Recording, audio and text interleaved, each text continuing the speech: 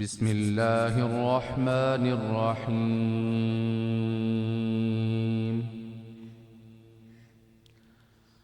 قل لا أسألكم عليه أجرا إلا المودة في القربى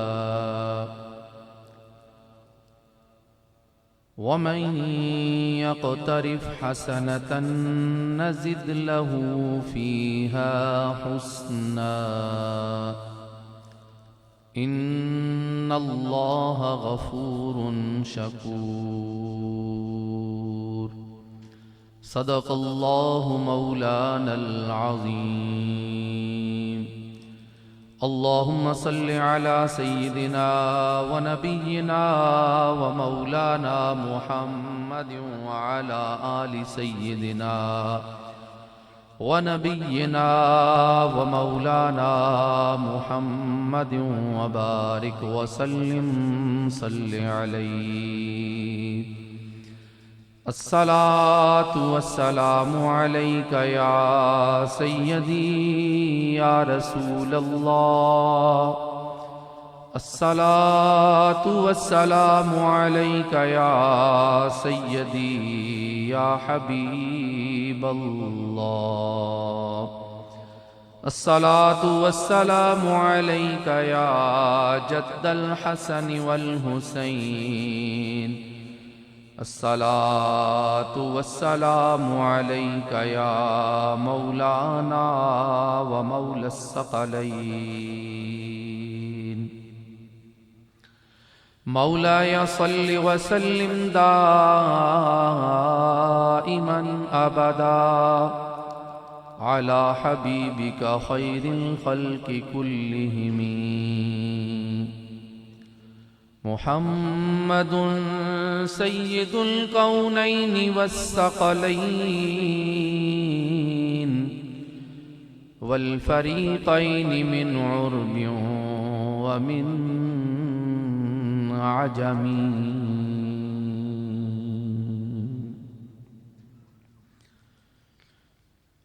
حمد و صلات کے بعد برادران دین و ملت، بالخصوص آج کی اس محفل کے صدر گرامی المرتبت، عالی وقار، عالی مرتبت، پیر طریقت، رہبر شریعت،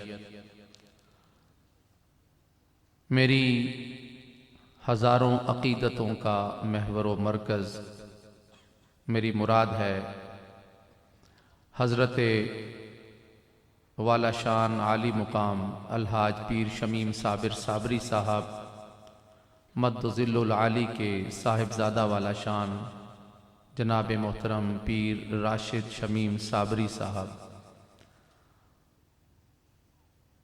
حضرات علماء کرام، ثنا خان حضرات،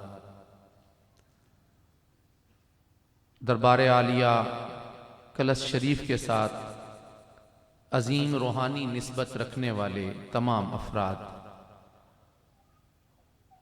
میں آج آپ کے درمیان بیٹھ کر انتہائی خوشی محسوس کر رہا ہوں اور مسرت محسوس کر رہا ہوں،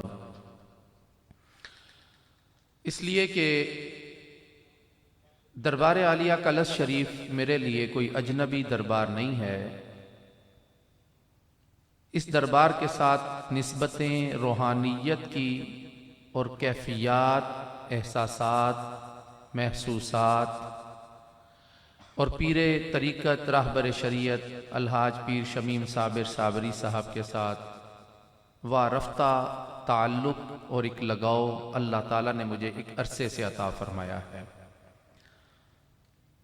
ان کی محفل ہو یا ان کے مریدین کی محفل ہو، میرے لیے بڑی عزت والی یہ محفل ہے، بڑی وقار والی محفل ہے. آپ لوگ صاحب نصیب بھی ہیں، آپ لوگ صاحب نسبت بھی ہیں. اللہ نے آپ کو بڑا عظیم آستان عطا فرمایا ہے جس کے ساتھ آپ کی نسبتیں جڑی ہیں، آپ کا تعلق جڑا ہے، آپ کا رشتہ جڑا ہے. صاحبو، آج آپ کے سامنے جو چند لمحے میں نے گفتگو کرنی ہے، اس گفتگو میں ہم نے قرآن کریم فرقان حمید کی سورہ شورى میں سے یہ سمجھنا ہے کہ اللہ تعالیٰ اس آیہ بینہ میں انسانوں سے کیا تقاضا فرما رہا ہے۔ یہ سادات کا آستانہ ہے، اکثر اس جگہ سے گزر ہوا، لیکن کبھی ایسی خوبصورت جگہ پر نظر نہ پڑی بلکہ میں محروم رہا، اور آج یہاں پر جب حاضری ہوئی تو دل باغ باغ ہو گیا۔ پیر طریقت پیر سید صادق حسین شاہ صاحب، جن کی مرقد منورہ کے سامنے ہم لوگ بیٹھے ہوئے ہیں، اللہ تعالیٰ اس دربار پر اپنے انوار و تجلیات کی بارش فرمائے۔ سادات کی نسبت ہو پھر بندہ اللہ والا بھی ہو، اس کو کہتے ہیں سونے پر سہاگا۔ سونے پر جب سہاگا مارا جاتا ہے نا تو وہ چمک جاتا ہے۔ اب بڑے ویسے ذی شعور لوگوں کی محفل ہے، عقل مند لوگ ہیں، ہنر مند ہیں، صاحب عقل اور صاحب فہم و فراست ہیں۔ مجھے بالکل بھی اجنبیت محسوس نہیں ہو رہی آپ کے ساتھ بیٹھ کے، اور میں یہ سمجھتا ہوں کہ میری جو بھی گفتگو ہوگی اس کو ضرور سمجھا جائے گا، دل میں جگہ دی جائے گی، اس کو پرکھا جائے گا، اور اس گفتگو کو صرف سمجھ کر اپنے پاس نہیں رکھا جائے گا، بلکہ میری گفتگو کو آپ سننے کے بعد اپنے گھر والوں کے ساتھ جا کر بھی اس کو بتائیں گے کہ آج مولانا سے ہم نے یہ کچھ سنا ہے۔ مزہ بھی تب ہوتا ہے، مقصد بھی محفل میں آنے کا تب ہی پورا ہوتا ہے کہ جب کوئی گفتگو کرنے والا گفتگو کرے، اس کی گفتگو قرآن اور حدیث کے مطابق ہو، پھر اس کو سمجھا جائے، پھر اس کو آگے بیان کیا جائے۔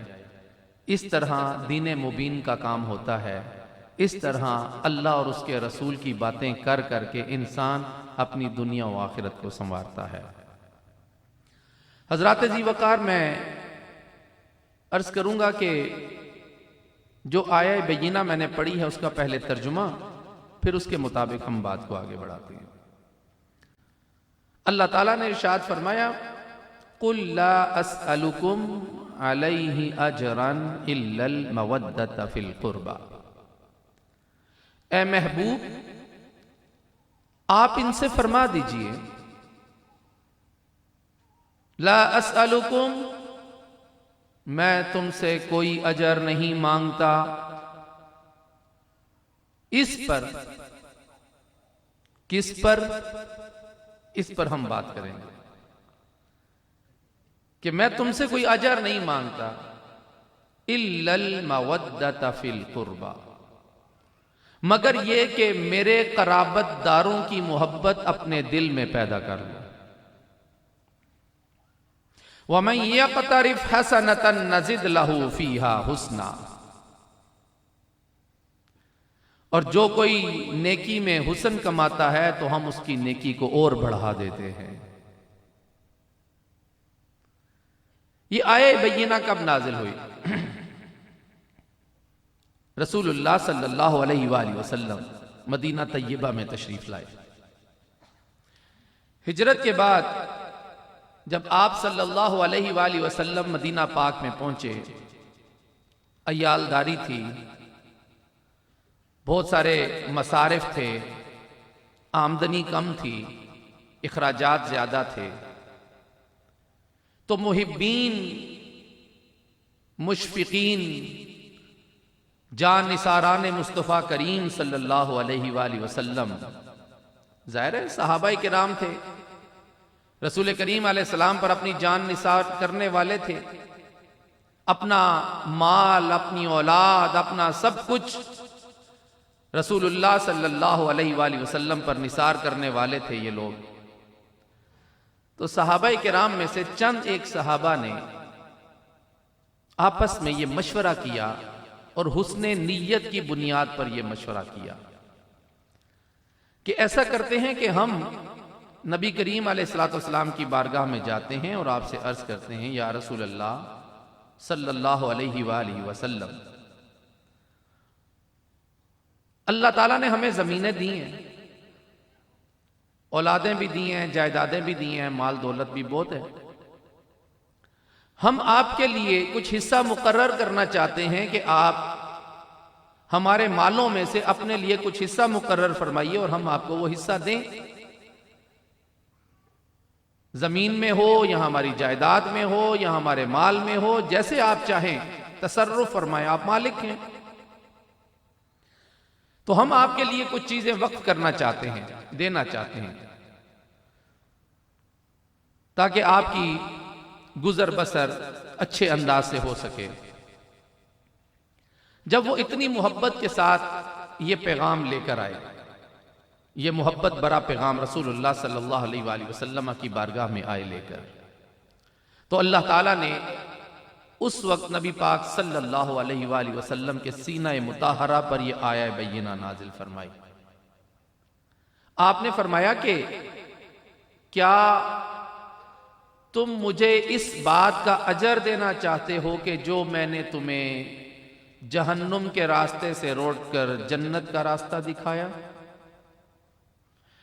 کیا تم مجھے اس بات کا اجر دینا چاہتے ہو کہ تم ایک خدا کو نہیں پہچانتے تھے اور میں نے تمہیں اس خدا کی پہچان کرائی؟ کیا تم مجھے اس بات کا اجر دینا چاہتے ہو کہ تم گناہوں میں اٹے ہوئے تھے اور ہم نے تمہاری زندگی کو پاکیزہ بنا دیا؟ کیا تم مجھے اس بات کا اجر دینا چاہتے ہو کہ جس وقت تم اپنی بچیوں کو زندہ درگور کرتے تھے تو ہم نے تمہاری بچیوں کو عزتیں عطا کی؟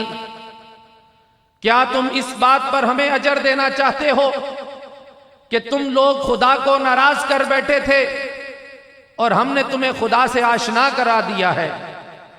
کیا تم اس بات کا اجر دینا چاہتے ہو کہ نبی کریم محمد مصطفیٰ صلی اللہ علیہ وآلہ وسلم کو تم جانتے نہیں تھے، تم مانتے نہیں تھے، لیکن ہم نے تمہیں اپنی پہچان کرا دی، اپنا تعارف کرا دیا؟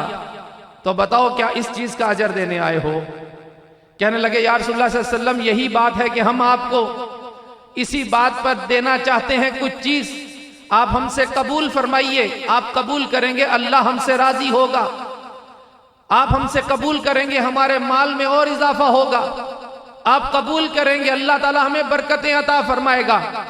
رسول اللہ صلی اللہ علیہ وآلہ وسلم نے فرمایا سنو، کیا تم یہ سمجھتے ہو کہ مجھے تمہارے مال کی ضرورت ہے، مجھے تمہاری جائیداد کی ضرورت ہے؟ نہیں، ایسا نہیں ہے، خدا کی قسم اگر ہم اس احد پہاڑ کو حکم دے دیں تو یہ احد پہاڑ سونے کا بن کر ہمارے قدموں میں آج بھی حاضر ہو سکتا ہے۔ ہمیں ضرورت نہیں ہے ان چیزوں کی، ہاں اگر تم، اب سنیے گا میری بات، جو وقت اور مناسبت کے ساتھ جو بات ہو رہی ہے، رسول اللہ صلی اللہ علیہ وآلہ وسلم نے فرمایا کہ ہاں اگر کوئی اجر ہی دینا چاہتے ہو اس بات پر کہ ہم نے تمہیں خدا سے آشنا کرایا ہے، اور اگر اجر ہی دینا چاہتے ہو اس بات پر کہ تمہیں جنت کا راستہ عطا کیا ہے، اگر تم اجر ہی دینا چاہتے ہو اس بات پر کہ تم نمونہ حیات بن چکے ہو، تو آؤ مجھے تمہارے پیسوں کی، تمہارے مال کی، تمہاری جائیداد کی، تمہاری دولت کی ضرورت نہیں ہے، ہاں اجر دینا چاہتے ہو تو مجھ محمد کی اولاد کی محبت اپنے دل میں پیدا کر لو، خدا تم سے پیار کرنے لگ جائے گا۔ حاضرین و سامعین محترم، تو قرآن کریم کا پیغام کیا ہوا؟ قرآن کا پیغام تو یہ ہوا کہ اگر اللہ اور اس کے رسول کو راضی کرنا ہے تو وہ تمہارے مال سے راضی ہونے والا نہیں ہے، تمہاری جائیدادوں کو دیکھ کر راضی ہونے والا نہیں ہے۔ تم اپنے مال اور جائیداد سے اور اپنی دولت سے خود فائدے تو اٹھا سکتے ہو، لیکن اس سے تم رب کو کیا فائدہ پہنچاؤ گے؟ رب کہتا ہے جس نے مجھے راضی کرنا ہے پہلے میرے محمد کو خوش کرے، میرے محمد کو راضی کرے۔ یا رسول اللہ آپ کو راضی کرنے کا طریقہ کیا ہے؟ آپ فرماتے ہیں کہ جس نے میرے حسن کو، میرے حسین کو، میری فاطمہ کو پیار کر لیا میں اس سے راضی ہو گیا، اور فرمایا کہ جس سے میں راضی ہو گیا میرا خدا بھی اس سے راضی ہو جاتا ہے۔ تو حاضرین و سامعین محترم، ہم قرآن کریم فرقان حمید کھول کر بیٹھے ہیں. میں نے 25ویں پارے سے سورہ شورا سے آپ کے سامنے آیت تلاوت کی ہے. میں نے کوئی کہانی نہیں سنائی، اور میں آپ کو دعوت دیتا ہوں، آپ پڑھے لکھے لوگ بیٹھے ہیں، آپ بھی آج اپنے گھر میں جا کر ذرا کھول لیجئے گا 25واں پارہ سورہ شورا کو کھول کر ذرا پڑھیے گا. دیکھیں میرا رب آپ کو کیسے نوازتا ہے. مسئلہ یہ ہے کہ ہم لوگ قرآن کھولتے نہیں، ہم لوگ حدیث مبارکہ کو پڑھتے نہیں، ہم ادھر ادھر کی فضول قسم کی بولیاں سنتے ہیں اور ہم پھر پریشان ہو جاتے ہیں. ذرا سا اہل بیت نبوت کی بات کسی نے محبت کے انداز میں کر دی تو لوگ اس پر طرح طرح کے فتوے لگا دیتے ہیں. تو میں عرض کروں گا بھائی، 2 اور 2 4 ہوتا ہے. کھولیے قرآن، 2 اور 2 4.5 نہیں ہوتا ہے. جب آپ قرآن کھولیں گے، جب آپ حدیث کھولیں گے تو آپ کو قرآن میں بھی میرے محمد کی نسبتیں نظر آئیں گی، آپ کو نبی کریم علیہ السلام کی حدیث میں بھی نبی کریم علیہ السلام کی نسبتیں اور محبتیں نظر آئیں گی. جب یہ سب کچھ آپ قرآن اور حدیث میں پڑھیں گے تو ہر قسم کا شک، ہر قسم کی کنفیوژن اور ہر قسم کا شبہ دور ہو جائے گا، اور آپ کو ایک سچا عقیدہ ملے گا. اور وہ عقیدہ اللہ اور اس کے رسول اور اس کے پیاروں سے محبت کا عقیدہ ہے، اور وہی عقیدہ ہے جو میرے نبی کریم علیہ السلام ہم مسلمانوں کو عطا فرما کر گئے. قُلْ لَا أَسْأَلُكُمْ عَلَيْهِ أَجْرًا إِلَّا الْمَوَدَّةَ فِي الْقُرْبَى. اللہ تعالیٰ نے ارشاد فرمایا، محبوبہ ان سے کہہ دو اگر تمہاری محبت میرے ساتھ سچی ہے نا تو یہ تو تمہارا دعویٰ ہے. بھائی مجھے دعویٰ ہے، مجھے پیر راشد شمیم صاحب سے پیار ہے، میرا دعویٰ ہو گیا. لیکن آپ پڑھے لکھے لوگ بیٹھے ہیں، جب کوئی بندہ عدالت میں دعویٰ دائر کرتا ہے تو جج پوچھتا ہے دلیل کیا ہے. دعوے کی دلیل ہوتی ہے، اور اگر دعوے کی دلیل نہیں ہوگی تو آپ کا دعویٰ ہی ریجیکٹ ہے، آپ کا دعویٰ ہی جھوٹا ہے. آپ کے دعوے کی آپ کے پاس دلیل ہونی چاہیے کہ میری یہ دلیل ہے. جیسے کہ قرآن کریم فرقان حمید میں ہے، منافقین آئے اور آ کر کہنے لگے وَمِنَ النَّاسِ مَن يَقُولُ آمَنَّا بِاللَّهِ وَبِالْيَوْمِ الْآخِرِ. کچھ لوگ آ کر کہنے لگے ہم ایمان لائے اللہ پر، ہم ایمان لائے رسول اللہ صلی اللہ علیہ وسلم پر، ہم ایمان لائے روز آخرت پر، معاف کیجئے گا، ہم ایمان لائے اللہ پر، ہم ایمان لائے روز آخرت پر. اللہ تعالیٰ نے فرمایا یہ تم مجھ پر جو ایمان لانے کی بات کرتے ہو تمہارے پاس اس کی دلیل کیا ہے؟ وہ کہنے لگے ہم روز آخرت پر ایمان لاتے ہیں. رب نے فرمایا وَمَا هُمْ بِمُؤْمِنِينَ، تم مومن ہے ہی نہیں ہو، اس لیے کہ مجھ سے محبت کی دلیل یہ بنتی ہے کہ تم میرے محمد سے پیار کرو. میرے محمد سے پیار ہوگا تو مجھ خدا سے پیار ہوگا، تو خدا سے محبت کی دلیل نبی کریم علیہ السلام کی ذات ٹھہری. حضور کی ذات سے محبت ہوگی تو رب سے محبت سچی ہوگی، نہیں تو جھوٹے ہو. وَمَا هُمْ بِمُؤْمِنِينَ.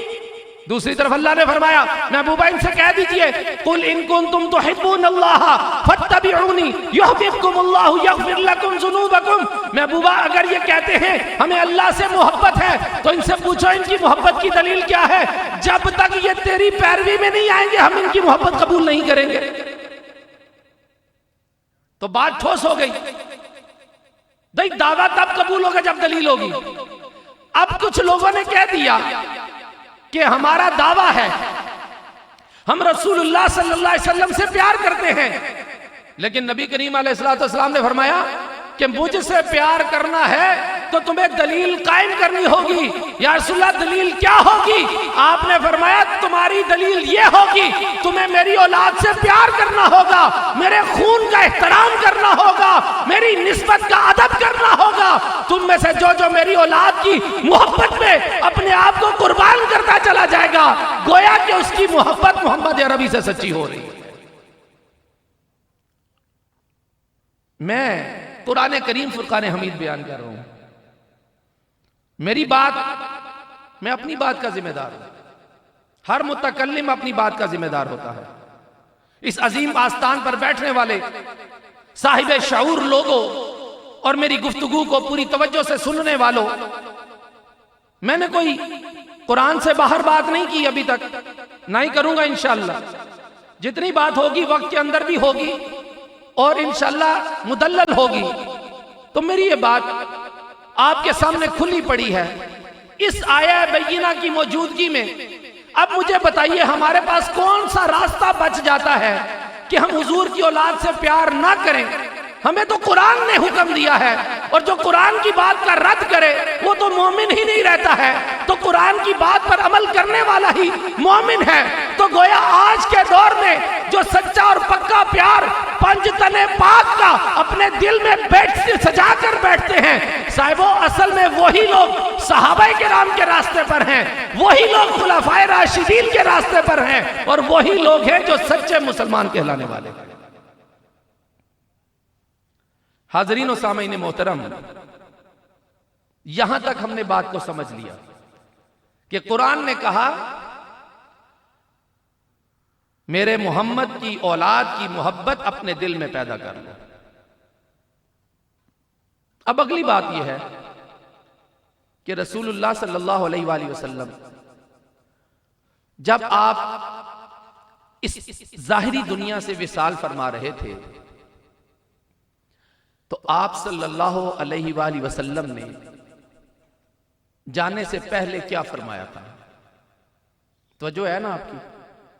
غور سے سن رہے ہیں؟ کیا فرمایا تھا آپ نے؟ آپ نے کیا یہ نہیں فرمایا تھا کہ میں تمہارے درمیان دو بھاری چیزیں چھوڑ کے جا رہا ہوں؟ چلے میں حدیث پڑھ دیتا ہوں. قال النبی صلی اللہ علیہ وآلہ وسلم انی تارک فیکم ما ان تمسکتم لن تضلوا بعدی احدہما اعظم من الآخر کتاب اللہ حبل ممدود من السماء الى الارض وعطرتی اہل بیتی ولن يتفرقا حتى يرد علی الحوض فانظر کیف تخلفونی فیہما او کما قال رسول اللہ صلی اللہ علیہ وآلہ وسلم. آپ صلی اللہ علیہ وآلہ وسلم نے فرمایا میں تمہارے درمیان دو چیزیں چھوڑ کے جا رہا ہوں، ایک کتاب اللہ ہے، ایک میری اولاد ہے. یہ دو چیزیں میں چھوڑ کے جا رہا ہوں تمہارے درمیان. تم میں سے جو کوئی بھی ان دونوں کے ساتھ لگا رہے گا وہ کبھی گمراہ نہیں ہوگا، اور یہ دونوں آپس میں کبھی جدا نہیں ہوں گی. ایک کتاب، ایک میری اولاد، یہ دونوں آپس میں کبھی جدا نہیں ہوں گے. یہ کس کو کہہ رہے تھے؟ کون بیٹھا تھا حضور صلی اللہ علیہ وسلم کے سامنے؟ میں آپ کے سامنے گفتگو کر رہا ہوں، 2023 ہے، میں آپ کے سامنے گفتگو کر رہا ہوں، نومبر کا مہینہ ہے، آپ میرے سامنے بیٹھے ہیں. آج سے 1450 سال پہلے حضور کی محفل میں کون بیٹھا ہوا تھا؟ صحابہ کرام بیٹھے ہوئے تھے، انہی کے سامنے یہ ساری بات ہوئی، اور 1.25 لاکھ صحابہ کے مجمع میں ہی بات ہوئی تھی. من کنت مولا فعلی مولا، 1.25 لاکھ صحابہ کے مجمع میں ہوئی تھی نا بات. حجۃ الوداع کے بعد جب واپسی جا رہے تھے، غدیر خم پہ آپ پہنچے تھے، تو آپ نے علی کا ہاتھ پکڑ کے کہا تھا جس کا میں مولا اس کا علی مولا، ایسی فرمایا تھا. تو حضور صلی اللہ علیہ وآلہ وسلم نے فرمایا تھا کہ میں تمہارے درمیان دو چیزیں چھوڑ کے جا رہا ہوں، دو بھاری چیزیں. کبھی ثقلین پہ مجھے گفتگو کا موقع ملا تو انشاءاللہ میں عرض کروں گا، لیکن آج میری گفتگو اور ہے. کہا کہ میں تمہارے درمیان دو بھاری چیزیں چھوڑ کر جا رہا ہوں، ایک کتاب ہے اللہ کا قرآن، اور ایک میری اولاد ہے. کہا کہ یہ دونوں کبھی آپس میں جدا نہیں ہوں گے، اور تم میں سے جو ان کے ساتھ لگا رہے گا وہ گمراہ نہیں ہوگا. مطلب اس وقت تو صحابہ کرام بیٹھے ہوئے تھے، تو مطلب تو یہ واضح ہو گیا کہ حضور علیہ السلام نے صحابہ کرام کی مجلس میں بیٹھ کر تمام صحابہ کرام کو مخاطب کر کے کہا تھا تم پر بھی لازم ہے کہ ان دونوں کے ساتھ لگے رہنا. ہے کہ نہیں ایسی بات؟ کوئی انکار تو نہیں ہے بات میں، کوئی سوال تو نہیں ہے؟ ہاں. کہا کہ تم سب لوگ ان دونوں کے ساتھ جڑے رہو گے، کبھی گمراہ نہیں ہوگے. تو صاحبو اگر اس وقت صحابہ کرام کی مجلس میں جو عظیم الشان صحابہ کرام علیہم الرضوان ہے، جن کی تربیت میرے نبی کریم علیہ السلام کی آنکھوں کے سامنے ہوئی ہے، جن کا اوڑھنا بچھونا میرے حضور کے سامنے تھا، جن کو میرے آقا کریم علیہ السلام نے قدم قدم پر رہنمائی عطا کی ہے، میں ان صحابہ کرام کی، ان عظمت کے ستاروں کی بات کر رہا ہوں کہ وہ اتنے عالی شان عظمت مآب ہستیاں ہوں تو ان کے بارے میں بھی کہا جائے کہ تم پر بھی لازم ہے کہ ان دونوں کے ساتھ لگے رہنا، کبھی جدا نہ ہونا۔ تو صاحبو آج ہم پر تو اور زیادہ لازم ہے کہ آج کے دور کا مسلمان اگر اپنی دنیا آخرت بچانا چاہتا ہے تو اس کو اہل بیت نبوت کا ساتھ دینا ہوگا، اس کو ساتھ چلنا ہوگا، اپنی محبت کا اظہار کرنا ہوگا، اپنی محبت کو بتانا ہوگا کہ ہم نبی کریم علیہ السلام کے خون کا احترام کرتے ہیں اور حضور علیہ السلام کی اولاد پر جان نثار کرنا بھی جانتے ہیں۔ کیا خوبصورت بات کہی امام شافعی رحمت اللہ تعالی علیہ۔ امام شافعی رحمت اللہ تعالی علیہ ایک پورے مذہب کے امام ہیں۔ آپ کیا فرماتے ہیں؟ اہل بیت اطہار کی محبت میں آپ نے کیا فرمایا؟ آپ نے فرمایا یا اہل بیت رسول اللہ حبکم فرد من القرآن انزلہ۔ اے اہل بیت نبوت، یہ اہل بیت نبوت، آپ کی محبت اللہ تعالیٰ نے قرآن میں فرض قرار دے دی۔ انہوں نے اسی آیت سے اس بات کو نکالا، اسی آیت میں فرض قرار دی گئی نا۔ اب جو قرآن کریم میں بات فرض قرار دی جائے تو کیا اس کا انکار ہے؟ قرآن میں نماز کو فرض قرار دیا، آپ سارے نماز پڑھتے ہیں۔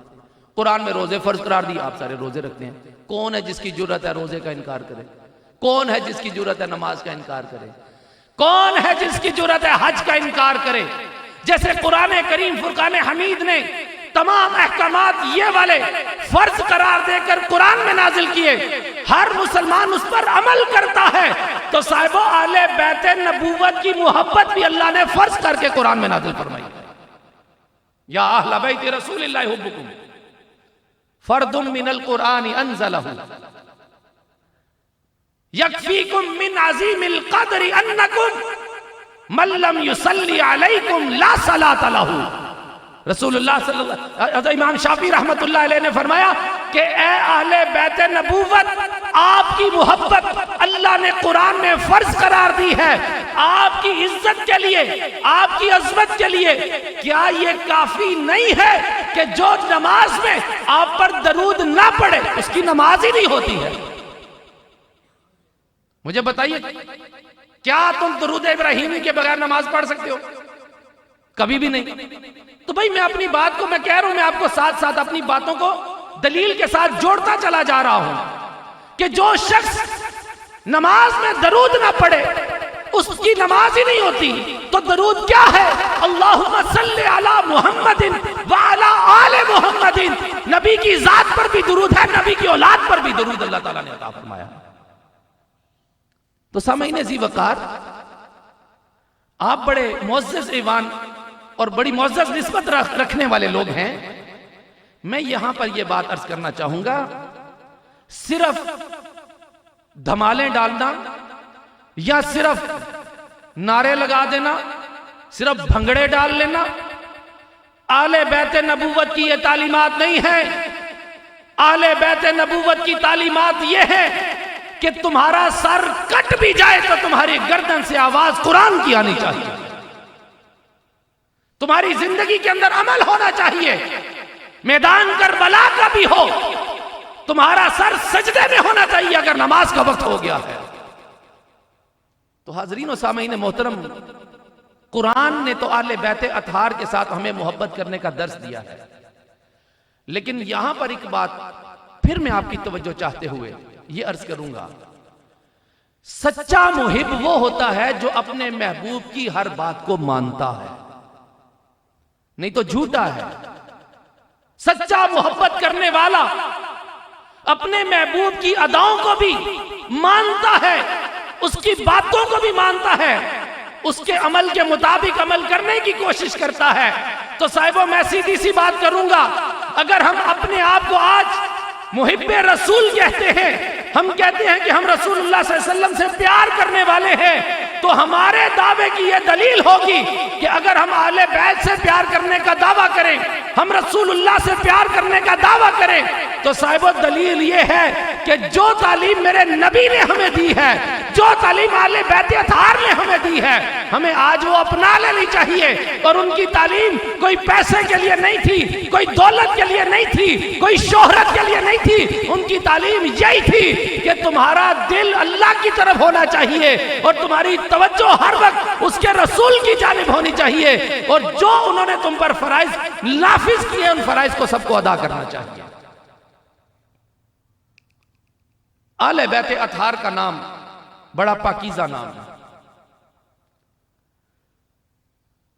اہل بیت اطہار کا نام کوئی غیر پاکیزہ لے ہی نہیں سکتا۔ بڑی مہذب محفل ہے، میں کوئی ہلکا لفظ استعمال نہیں کرنا چاہتا، بس اتنا کہوں گا کہ حلالی خون اہل بیت کا نام لیتا، ہر کوئی نہیں لیتا۔ یہ اہل بیت اطہار پاکیزہ لوگوں کی بزم ہے، پاکیزہ لوگوں کی انجمن ہے۔ تو یہ بھی بات میں اپنی نہیں کہہ رہا، ہاں یہ بھی بات میری نہیں ہے، یہ جملہ قرآن کا ہے بھائی۔ یہ پاکیزگی اہل بیت اطہار کی میں نے نہیں بولی، مجھے قرآن نے دی ہے۔ آؤ ہم قرآن پڑھتے ہیں۔ قرآن کہتا ہے انما یرید اللہ لیذھب عنکم الرجس اہل البیت ویطہرکم تطہیرا۔ اے اہل بیت اطہار، اللہ کا تو ارادہ ہی یہ ہے کہ وہ چاہتا ہے کہ تم سے ہر قسم کی ناپاکی کو روک دے، تمہیں ایسا پاک، ایسا طاہر، ایسا مطہر بنا دے کہ جیسا کوئی پہلے پاک پیدا ہی نہیں ہوا ہوگا۔ اور اللہ نے اہل بیت کے خون میں یہ عظمت رکھی ہے کہ جو اہل بیت کے ساتھ لگ جاتا ہے اللہ اس کو بھی پاکیزہ بنا دیتا ہے۔ تو کل ملا کے اب تک میری جو جتنی گفتگو ہوئی الحمدللہ قرآن کریم فرقان حمید کے مطابق اور رسول اللہ صلی اللہ علیہ وسلم کی حدیث کے مطابق ہوئی، لیکن میری گفتگو کا آج کا درس آپ کے نام پر یہ ہے کہ ہم نے اہل بیت اطہار سے محبت کی بات تو ہم کرتے ہیں، ہم اگر چلیں قوالی بھی لگا لیں گے ٹھیک ہے، بہت اچھی بات ہے، ہم نعتیں بھی سنیں گے بہت اچھی بات ہے، مناقب بھی سنیں گے بہت اچھی بات ہے، ہم علی علی بھی کریں گے، یا حسن یا حسین سب کچھ کریں گے، اس لیے کریں گے کہ ہمارے ایمان کا حصہ ہے۔ لیکن کیا زبانی کہہ دینے سے کام پورا ہو جائے گا؟ کس کو دھوکہ دیں گے ہم؟ کس ذات کے ساتھ ہم فراڈ کر رہے ہیں؟ اہل بیت اطہار کو اللہ نے وہ نظر دی ہے، تم ابھی سوچتے نہیں ان کو معلوم ہو جاتا ہے میرا محب پیار کرنے والا کیا سوچ رہا ہے۔ کیا ایسا نہیں ہے کہ حضرت سیدی شیخ عبد القادر جیلانی الحسنی والحسینی، سیدی شیخ عبد القادر جیلانی غوث پاک رضی اللہ تعالیٰ عنہ، کیا ان کو یہ طاقت نہیں دی تھی؟ ایک دفعہ ان کے مجمع میں ایک بندہ آ کر بیٹھا اور وہ بڑا شورا سن کے آیا تھا کہ غوث پاک کی محفل میں جاؤ تو بڑے انوار، بڑی تجلیات ہوتی ہیں، بڑا کچھ برستا ہے اور بڑے کیفیات ہوتی ہیں۔ وہ آیا، وہ کوئی فنون کا ماہر تھا، کوئی علم ریاضی کا بڑا ماہر آدمی تھا، وہ آ کر بیٹھا تو اس نے بھی دل میں سوچا کہ دیکھتے ہیں کہ آج غوث پاک کوئی ریاضی کی بات بھی کرتے ہیں یا نہیں کرتے۔ تو غوث پاک اپنی محفل میں مجلس میں درس ارشاد فرما رہے تھے اور مورخین لکھتے ہیں کہ غوث پاک کی مجلس میں 70,000 سے لے کر 1,00,000 تک بندہ بیٹھا ہوتا تھا، اور غوث پاک اپنے منبر سے بولتے تھے جیسے پہلے بندے کو آواز جاتی تھی ویسے آخری بندے کو بھی آواز جا رہی۔ تو غوث پاک رضی اللہ عنہ کی محفل میں وہ آیا، آ کر بیٹھا، بڑی دیر گزر گئی، بات سنتے سنتے اس کے دل میں آیا خیال یار کہ یہ تو کچھ میرے مطلب کی بات ہی نہیں ہے یہاں پر، چلو اٹھو چلتے ہیں یہاں سے۔ اس نے یہ سوچا اور کھڑا ہوا۔ وہ کھڑا ہوا تو غوث پاک نے منبر سے اس کو پکارا، او جوان، میں یہاں اللہ اور اس کے رسول کی باتیں سنا رہا ہوں اور تیرے دل میں ریاضی پھنسی ہوئی ہے، بیٹھ جا۔ تو صاحبو اگر غوث پاک کو دل کی حالت پتہ لگ جاتی ہے تو غوث پاک کا مولا علی سے 11 پشتوں سے واسطہ ہے، اور 11ویں والے پیر کا یہی کام سمجھ لو یار، ہم 11ویں والے پیر کہتے ہیں نا، ایک نسبت یہ بھی ہے 11 واسطوں سے مولا علی سے جا کر ملتے ہیں۔ وہ جو 11 واسطوں سے جا کے مولا علی سے ملے، اس کے علم کا عالم یہ ہو تو مولا علی کے علم کا عالم کیا ہوگا، مولا حسین کے علم کا عالم کیا ہوگا، مولا حسن کے علم کا عالم کیا ہوگا۔ لیکن صاحبوں ان کا جو ہے وہ ہے۔ مجھے جواب یہ چاہیے ہے کہ ہم نے اپنی محبت کو کہاں پورا کیا ہے، ہم اپنی محبت میں کہاں سچے ہیں؟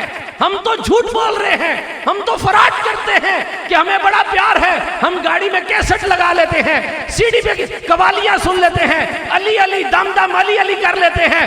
مولا علی نے تو نمازیں پڑھ کے بتایا، قرآن پڑھ کے بتایا، قرآن پر عمل کر کے بتایا۔ سچا محب مولا علی کا وہ ہوگا جو آج قرآن بھی پڑھنے والا ہوگا، نماز بھی وقت پہ پڑھنے والا ہوگا۔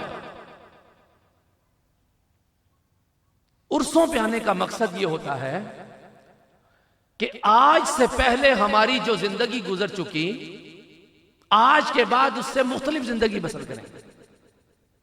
عرص پہ آنے کا مقصد کیا ہوتا ہے؟ عرص، اچھا عرص پر بھی بڑی خوبصورت گفتگو بنتی ہے، جیسے آپ نے جھنڈیاں سجائی نا۔ عرص ویسے آراسا کس کو کہتے ہیں؟ یار بات کسی اور طرف ہی نہ نکل جائے، میں پھر وچی پھنسیا رہوں گا، 10 بھی بج گئے ہیں، بس ختم بھی کرنا ہے، تھوڑی سی بیان کر دوں، اجازت ہے؟ آراسا کس کو کہتے ہیں؟ آراسا کہتے ہیں جیسے یہ آپ نے بانس لگایا، اس کے اوپر شامیانہ لگایا، جو بیچ میں سب سے اوپر شامیانے کے اوپر بانس آتا ہے نا، تو وہ جس بانس نے شامیانے کو اوپر کیا ہوتا ہے اس کو آراسا کہتے ہیں۔ مطلب یہ ہے کہ نمایاں نظر آنے والی چیز، خوبصورت نظر آنے والی چیز۔ اور یہ اگر آراسا عروس بن جائے تو اس کا مطلب ہوتا ہے دلہن۔ عربی زبان میں عروس کو دلہن کہا جاتا ہے، خوشی کا موقع۔ آراسا کا مطلب کیا ہے؟ خوشی کا موقع، جس پہ شامیانے لگائے جائیں، جس پہ جھنڈیاں لگائی جائیں۔ تو صاحبو سال کے بعد یہ جو عرس آتا ہے، اس پر آپ سارے لوگ آ کر پیر صاحب کی مرکز مبارک پر آ جاتے ہیں۔ کیا کرنے آتے ہیں؟ اس لیے آتے ہیں کہ ہمارا عقیدہ یہ ہے، ہمارا ایمان یہ ہے کہ جو اللہ والے ہوتے ہیں وہ کبھی مرتے ہی نہیں ہیں۔ ہمارا ایمان اور عقیدہ یہ ہے کہ اللہ والا جب زمین میں جاتا ہے اس کو قبر میں داخل کیا جاتا ہے، ادھر سے وہ قبر میں پہنچتا ہے، ادھر سے حضور علیہ السلام تشریف فرما ہو جاتے ہیں۔ ہمارا عقیدہ یہ ہے۔ تو اس خوشی کے نام پر ہم اپنے پیروں کی مرکز پر اس لیے آتے ہیں کہ یہ خوشی کا موقع ہوتا ہے کہ اللہ تعالیٰ نے ان کو حضور سے ملاقات کرائی ہوتی ہے، تو اس ملاقات کی خوشی کو منانے کے لیے عرس کہہ دیا جاتا ہے۔ امید ہے بات سمجھ میں آئی ہوگی۔ کھولیے ڈکشنری، جا کر پڑھیے گا یار، تسی بھی کوئی پڑھ لیا کرو، ویسے بھی استاد لوگ بیٹھے ہوئے ہیں مجلس میں، تو عربی کی ڈکشنریاں کھولا کریں، ذرا جا کر پڑھیں گے تو بڑا مزہ آئے گا آپ کو۔ بہرحال میں تو اپنی بات پر ذرا واپس آتا ہوں۔ میں نے حدیث مبارکہ پڑھی کہ اللہ تعالیٰ نے، نبی پاک صلی اللہ علیہ وسلم نے ارشاد فرمایا کہ میں تمہارے درمیان 2 چیزیں چھوڑ کے جا رہا ہوں، اپنی اولاد اور کتاب اللہ۔ اس کے ساتھ جڑے رہنا، اس سے الگ نہیں ہونا۔ اگر اس سے الگ ہوگے تو گمراہ ہو جاؤ گے۔ دیکھنا یہ ہے، حدیث کے الفاظ ہیں، فانظر، دیکھنا یہ ہے، کیف تخلفون فیما، کہ تم میرے بعد ان کے ساتھ کیا کرتے ہو۔ ہائے ہائے ہائے، اب آئیے بات سمجھ میں۔ دیکھنا یہ ہے کہ تم میرے بعد، میرے سامنے تو بڑا پیار کرو گے نا، میرے سامنے تو کندھوں پہ بھی اٹھاؤ گے، میرے سامنے اور بھی بڑا کچھ ہوگا۔ دیکھنا تو یہ ہے میرے بعد کیا کرو گے۔ تو صاحبو حضور کی نظر ہمیں دیکھ رہی ہے، وہ دیکھ رہے ہیں کہ میری اولاد سے پیار کرنے والے کون ہیں اور میری اولاد کے دشمن کون ہیں۔ یہ حضور علیہ السلام ملاحظہ فرما رہے ہیں۔ آپ نے خود فرمایا فانظر، دیکھنا تو یہ ہے، ہم دیکھیں گے کہ تم ہمارے بعد کیا کرتے ہو۔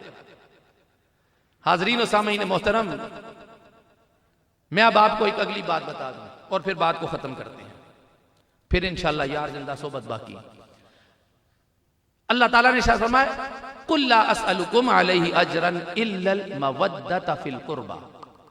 ایک گفتگو ہے مودت پر اور ایک ہے قربا پر۔ قربا کا صرف اتنا ہی مطلب سمجھ لیجئے، قرابت دار، قریب کے لوگ، بس اتنا ہی سمجھ لیجئے، اس پر گفتگو پھر ہوگی۔ مودت کی بات سن لیجئے۔ مودت ایک چیز ہے، مودت اور ایک چیز ہے محبت۔ ان دونوں میں فرق کیا ہے؟ محبت یہ ہوتی ہے کہ مجھے آپ سے پیار، آپ کو مجھ سے پیار ہو گیا۔ مجھے اپنی ماں سے پیار ہو گیا، ماں کو مجھ سے پیار ہو گیا، مجھے اپنے بھائی سے پیار ہو گیا، بھائی کو مجھ سے ہو گیا، والد سے ہو گیا، استاد سے ہو گیا، پیر سے ہو گیا، سارے یہ پیار ہو گئے، اور ان پیاروں کے بعد کبھی ہم بچھڑ بھی گئے تو زندگی پھر بھی بسر ہو ہی گئی۔ کبھی ہم بچھڑ بھی گئے 2 سال بعد، 4 سال بعد، 10 سال بعد، اللہ نہ کرے لیکن کبھی کوئی پیار کرنے والے بچھڑ گئے تو زندگی پھر بھی چلتی رہتی ہے، رکتی نہیں ہے۔ لیکن اس کے مقابلے میں مودت کا درجہ تھوڑا اوپر ہے، تھوڑا زیادہ ہے۔ محبت مودت سے نیچے ہے، مودت محبت سے اوپر کے درجے کا نام ہے۔ مودت کی سادی سی مثال یہ دوں گا کہ دیکھو، مودت وہ چیز ہوتی ہے کہ ایک دوسرے کے بغیر جیا نہ جا سکے، زندہ نہ رہ جا سکے۔ مچھلی اگر پانی کے اندر رہتی ہے تو مچھلی کو پانی سے محبت نہیں ہے، مچھلی کو پانی سے مودت ہے، اس لیے کہ مچھلی کو پانی سے نکالو گے تو اس کی موت واقع ہو جائے گی، مچھلی کو پانی میں چھوڑو گے تو اس کو زندگی مل جائے گی۔ یہاں مفسرین نے لکھا کہ مودت کا مطلب یہ ہے کہ تم اس طرح آل بیت اطہار سے پیار کرو، تمہارے ایمان کا حصہ اس طرح ہونا چاہیے، تمہارے ایمان میں اس طرح رچ بس جانی چاہیے اہل بیت اطہار کی محبت کہ تم اہل بیت اطہار کی محبت کے بغیر زندگی کا تصور بھی نہ کر سکو، اور جب تم زندگی کا تصور کرو تو اہل بیت اطہار کی محبت تمہارا پہلا انعام ہونا چاہیے۔ میرے معزز سامعین، میرے معزز حاضرین، اور اس دربار مبارک پر بیٹھنے والوں عظیم لوگوں، میں آپ کے سامنے بس ان الفاظ کے ساتھ اب میں اجازت چاہوں گا اور اپنی گفتگو کو ختم کر دوں گا کہ دیکھو، یہ دور فتنوں کا دور ہے، یہ دور فتنوں کا ہے، اس لیے کہ ہم نے نبی پاک صلی اللہ علیہ وسلم نے فرمایا تھا کہ مجھے اپنے بعد یہ ڈر نہیں ہے کہ تم لوگ کافر یا مشرک ہو جاؤ گے، لیکن مجھے یہ خوف ہے کہ تم فتنوں میں پڑ جاؤ گے۔ اور قرآن کہتا ہے الفتنۃ اشد من القتل، جو فتنہ ہوتا ہے نا، یہ قتل سے بھی بڑی چیز ہے۔ تو جو ہے نا آپ کی، فتنہ بڑی بری چیز ہے۔ فتنہ قبیلوں کے قبیلے، خاندانوں کے خاندان، رشتہ داریوں کی رشتہ داریاں سب تباہ کر دیتا ہے۔ اور ہم میں سے ہر ایک شخص کے جیب میں، پاکٹ میں ہم نے ایک فتنہ رکھا ہوا ہے۔ یہ جو 5-6 انچ کا ایک موبائل فون ہم نے رکھا ہوتا ہے نا بھائیو، یہ فون، یہ 5-6 انچ کا فون، موبائل فون، اس کے اندر دنیا تو ساری آپ دیکھتے ہیں، لیکن صاحبو کنفیوژن بھی آپ لوگوں کو بڑی ہوتی ہے، پریشانیاں بھی آپ لوگوں کو بڑی آتی ہیں۔ اور آپ لوگ یہ چیز نوٹ کر لیجئے کہ اگر آپ موبائل کے مطابق زندگی بسر کریں گے کبھی کامیابی نہیں ملے گی۔ قرآن کے مطابق زندگی بسر کرو، اللہ تمہیں فرش پر عرشی بنا دے گا، اس فرش پر تم عرشی بن جاؤ گے، خدا کی قسم اٹھا کر کے۔ میرے استاد گرامی علامہ پیر سید ریاض حسین شاہ صاحب علاقہ جانتا ہے، ہزارے کے رہنے والے ہیں، تناول وادی کے رہنے والے ہیں۔ آپ نے قرآن کریم فرقان حمید کی تفسیر لکھی، ترجمہ لکھا، اور ہم ان کے شاگرد ہیں، اور ہمیں کیا پڑھایا انہوں نے؟ بیٹا جہاں جاؤ قرآن کی بات کیا کرو، کوئی حدیث کی بات کیا کرو، لوگوں کو لڑاؤ مت، لوگوں کے ساتھ تلخ انداز میں بات مت کرو، لوگوں کو گالم گلوچ مت سکھاؤ۔ حاضرین و سامعین محترم، میں آپ کو ایک بات عرض کروں، نرمی اللہ کو کتنی پسند ہے؟ نرمی اللہ کو کتنی پسند ہے؟ حضرت سیدی غوث پاک رضی اللہ تعالیٰ کی، پھر میں آپ کو مثال دینے لگا، آپ نے فرمایا کہ جب اللہ تعالیٰ نے اعمال کی تفتیش کی، بھئی یہ صاحب روحانیت لوگوں کی بات کر رہا ہوں، جو صاحب تصوف، صاحب کشف ہوتے ہیں، جو انسان کے دل کو ٹٹول لیتے ہیں، پرکھ لیتے ہیں، اور انسان کی آنکھوں میں آنکھیں ڈال کر دیکھ لیتے ہیں یہ کیا کر کے آ رہا ہے۔ پیر شمیم صاحب کی محفل میں بیٹھنے والوں، تمہارے ادب پر میں قربان جاؤں، بڑے صاحب نسبت لوگ ہیں آپ، اور مزہ آتا ہے جب پیر صاحب کی محفل میں ہم جاتے ہیں، بڑے بڑی جگہ پر ہم جاتے ہیں، لیکن جو پیر صاحب کی محفل کا مزہ یقین جانو کسی ملک، پورے ملک میں کسی جگہ پر نہیں آتا ہے۔ یہ حقیقت بات کر رہا ہوں، ہزاروں کا اجتماع بیٹھا ہوتا ہے، مجال ہے کوئی بندہ اونچی سانس بھی لے جائے، کیا بات ہے۔ اللہ تعالیٰ میرے پیر صاحب کا آستانہ سلامت رکھے، اللہ تعالیٰ پیر شمیم صابر صاحب کو عزتیں اور عظمتیں عطا فرمائے۔ لیکن میں عرض کر رہا تھا کہ سیدی غوث پاک رضی اللہ تعالیٰ عنہ سے جب انہوں نے بتایا نا کہ جب اعمال کی تفتیش کی گئی تو اللہ تعالیٰ کی بارگاہ میں 2 عمل بڑی عظمت والے قرار دیے گئے۔ توجہ سے سننا، 2 عمل بڑی عظمت والے قرار دیے گئے، 2 اعمال کی مقبولیت اللہ تعالیٰ کی بارگاہ میں سب اعمال سے بڑھ کر ہوئی۔ وہ 2 اعمال کون سے ہیں؟ فرمایا گیا ایک عمل ہے بھوکے کو کھانا کھلانا، ایک عمل ہے بھوکے کو کھانا کھلانا، ایک ہے حسن اخلاق۔ یہ 2 چیزیں ہیں جو میرے رب کو پسند ہیں۔ سیدی غوث پاک رضی اللہ تعالیٰ عنہ فرماتے ہیں کہ جب اعمال کو ہم نے پرکھا تو دیکھا اللہ کے بارگاہ میں سب سے مقبول اعمال یہ تھے کہ کسی نے کسی بھوکے کا پیٹ بھر دیا ہو، اس لیے کہ پیٹ بھرنا میرے رب کا کام ہے، اور رب کی صرف جب کسی بندے میں آ جاتی ہے وہ ربوبیت والے کام کرتا ہے، اللہ تعالیٰ کو بڑا پسند آتا ہے کہ میری مخلوق کی خدمت کرنے والا ہے۔ پیروں کے آستانوں پر جاؤ نا تو بڑے بڑے بھوکوں کو کھانا ملتا ہے، اور جو بھوکا پیر کے آستانے کا کھانا کھا لیتا ہے اللہ اس کے دل کی دنیا کو تبدیل فرما دیتا ہے۔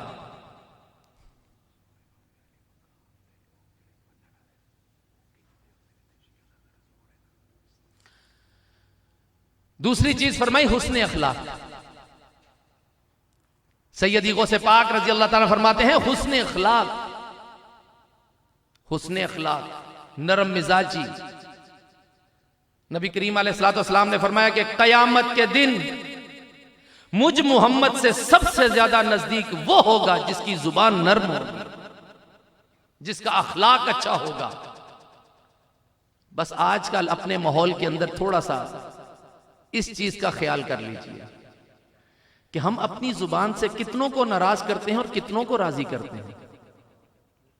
آل بیت اطہار کی محبت میں جینے والوں، مولا امام حسین کی محبت دل میں سجانے والوں، امام حسن کی محبت دل میں سجانے والوں، یار میں آپ سے لڑنے نہیں آیا، میں آپ سے ڈیبیٹ کرنے نہیں آیا، میں آپ سے مباحثہ کرنے نہیں آیا، لیکن میں آپ کو دعوت دینے آیا ہوں کہ میری بھی تو بات سنو۔ میں تو آپ کو صرف یہ کہہ رہا ہوں قرآن تو پڑھو۔ قرآن کریم فرقان حمید کے اندر کسی بھی لہو و لعب کا ذکر نہیں ہے۔ قرآن منع کرتا ہے ہر اس چیز سے جس چیز کا سنت نبوی صلی اللہ علیہ وسلم سے تعلق نہ ہو یا دین مبین سے تعلق نہ ہو۔ حاضرین و سامعین محترم، مولا علی پاک کرم اللہ وجہہ الکریم کا فرمان ہے انسان اپنی زبان کے نیچے ہے۔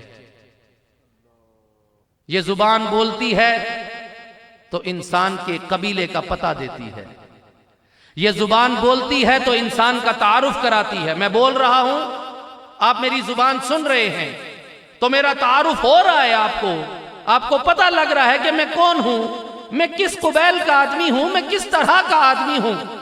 اور اگر میری زبان سے گالم گلوچ آئے گی تب بھی آپ کو پتہ لگ جائے گا، اگر میری زبان سے پھول نکلے گی تب بھی آپ کو پتہ لگے گا۔ تو صاحبو یہ زبان جو ہوتی ہے یہ بندے کا تعارف ہوتا ہے۔ تو میں یہ عرض کروں گا کہ مولا علی نے بہت گہری بات کی ہے، اور یہ نہج البلاغہ میں آپ نے خود ارشاد فرمایا ہے۔ آپ فرماتے ہیں کہ انسان اپنی زبان کے نیچے ہے، یہی زبان انسان کو انسان سے ملا دیتی ہے، اور یہی زبان اگر ترش ہو جائے، اگر تیز ہو جائے، کاٹدار ہو جائے تو یہ قبیلے جدا ہو جاتے ہیں، رشتہ داریاں ٹوٹ جاتی ہیں، یہاں تک کہ انسان خدا کو بھی ناراض کر بیٹھتا ہے۔ اور اسی زبان میں حسن آ جائے تو انسان رب کی بارگاہ کا مقبول ہو جاتا ہے۔ تو یہ 2 چیزیں غوث پاک رضی اللہ تعالیٰ فرمائی کہ حسن اخلاق اور بھوکے کو کھانا کھلانا۔ یار اللہ نے اگر 1 روٹی دی ہے نا، آدھی کھا لو آدھی دے دو۔ ہائے ہائے ہائے، یہ جذبہ جب ہمارے اندر پیدا ہوگا نا پھر مہنگائی نہیں نظر آئے گی ہمیں۔ ابھی ہم مہنگائی کے رونے روتے ہیں نا اس لیے کہ ہمیں اپنی اپنی جیب بھرنے کی عادت پڑی ہوئی ہے۔ جب ہمارے اندر یہ عادت آئے گی کہ ہم خرچ کرنے کے لیے تیار ہوں، پھر دیکھنا میرا رب کتنا عطا فرماتا ہے۔ لیکن جب یہ عادت ہی نہ ہو ہم نے کہ اپنی جیب بھرنی ہے، ہم نے اپنی تجوری بھرنی ہے، ہم نے ہی سارا کچھ اکٹھا کرنا ہے، تو پھر اس طرح نظام نہیں چلتا۔ رب کی بارگاہ میں یہ نظام نہیں ہے. رب کہتا ہے انفقوا فی سبیل اللہ، اللہ کے راستے میں خرچ کرو، ادھر تم خرچ کرو گے اللہ تمہیں اور عطا فرمائے گا. حاضرین و سامعین محترم، یہ میرا دوسرا درس تھا، اور میری آج کی گفتگو کا آخری درس آپ لوگوں کے نام پر یہ ہے کہ اہل بیت اطہار سے ہم لوگ محبت کے دعوے کریں. دیکھیں، میں کسی کو کریٹیسائز نہیں کرتا، میری عادت نہیں ہے کہ میں کسی پر تنقید کروں، یہ میری عادت ہی نہیں ہے. الحمدللہ میری عادت یہ ہے کہ بھائی اپنی بات کرو قرآن کریم فرقان حمید کی روح سے کرو اور سنت مطہرہ صلی اللہ علیہ وسلم کی روشنی میں کرو. بس جس کے دل میں اللہ نے نور ڈالنا ہوگا وہ ڈال دے گا. یہ سوال تو حضور سے بھی نہیں ہونا، یہ سوال تو حضور علیہ السلام سے بھی نہیں ہونا کہ یا رسول اللہ صلی اللہ علیہ وسلم آپ کو اپنے نبی بنا کر بھیجا تھا، آپ مسلمان کر کے کیوں نہیں آئے. یہ سوال تو حضور سے بھی نہیں ہونا، ان سے بھی صرف یہی ہے بلغوا انی ولو آیہ. یا رسول اللہ صلی اللہ علیہ وسلم بس آپ کا کام ہے پہنچا دینا، دل میں ڈالنا رب کا کام ہے. کون آپ کی بات کو سنتا ہے مانتا ہے؟ تو صاحبوں میں بھی ایک بات کرنے آیا ہوں.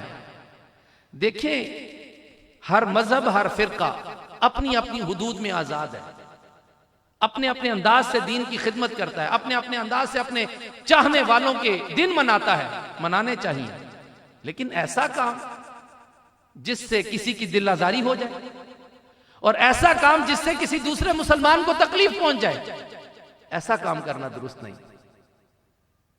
اگر ہم جلوس نکالنے کے لیے راستہ بند کرتے ہیں تو صاحبو بہتر یہ ہے کہ راستہ نہ بند کیا جائے. میں ایک جنرل بات کر رہا ہوں. ہمارے ملک کا ایک وتیرہ بن چکا ہے کہ ہم نے جلسہ کرنا ہے، ہم نے جلوس کرنا ہے، ہم نے راستے بند کر دینے ہیں، ہم نے لوگوں کو تنگ کرنا ہے.